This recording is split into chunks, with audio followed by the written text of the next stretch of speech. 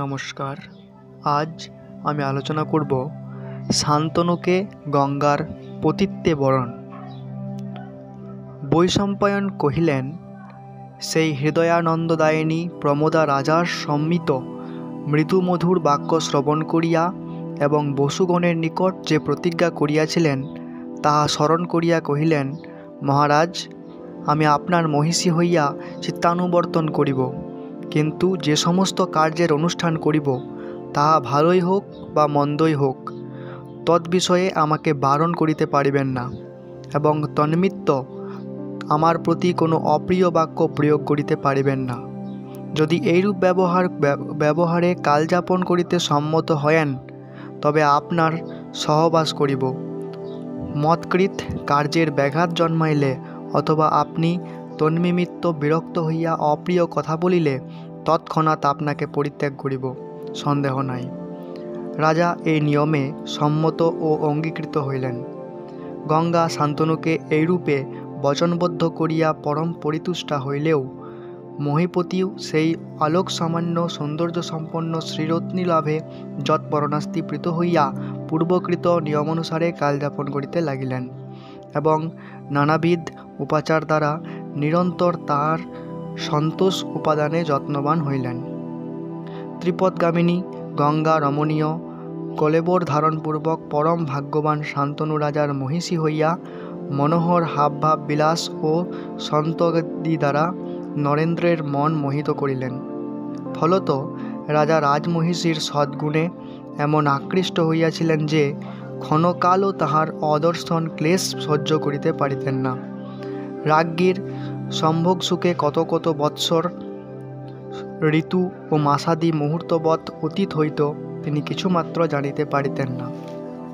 এইরূপে কিয়ৎকাল অতীত হইলে রাজমহিষী ক্রমে ক্রমে অমর সদৃশ 8টি পুত্র প্রসব করিয়াছিলেন। পুত্র ভূমিষ্ঠ হইবা মাত্র তিনি তৎক্ষণাৎ তাহাদিগকে স্রোতে নিক্ষিপ্ত করিতেন।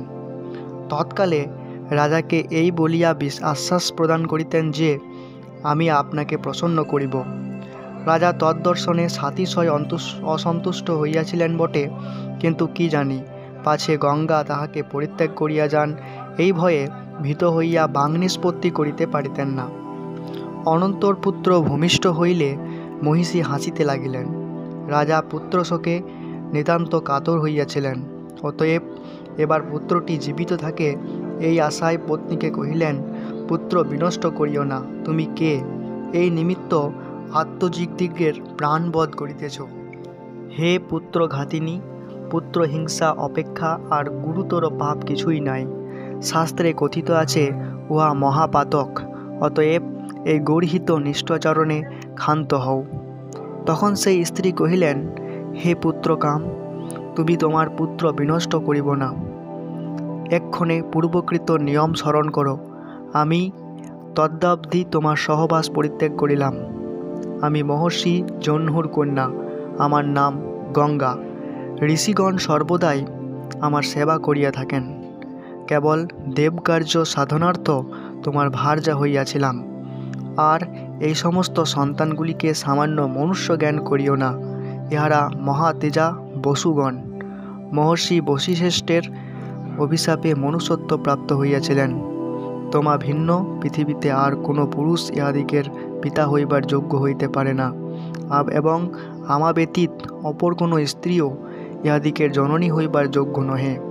এই নিমিত্ত আমি মানুষী হইয়া ইহাদিগকে গর্ভে ধারণ করিয়াছিলাম, আর তুমিও ইহাদিগের জনক হইয়া অক্ষয় লোক সকল জয় করিয়াছ।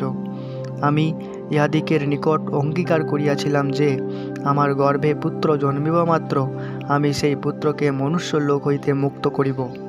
ইহারা মহাত্মা বশিষ্ঠের অভিসম্পাত হইতে মুক্ত হইলেন এবং আমিও প্রতিজ্ঞাসাগর হইতে উত্তীর্ণ হইলাম। অতএব এক্ষণে স্বস্থানে প্রস্থান করি, আপনার মঙ্গল হোক। মদগর্ভজাত এই পুত্রটিকে গঙ্গাদত্ত বলিয়া গ্রহণ ও পালন করুন।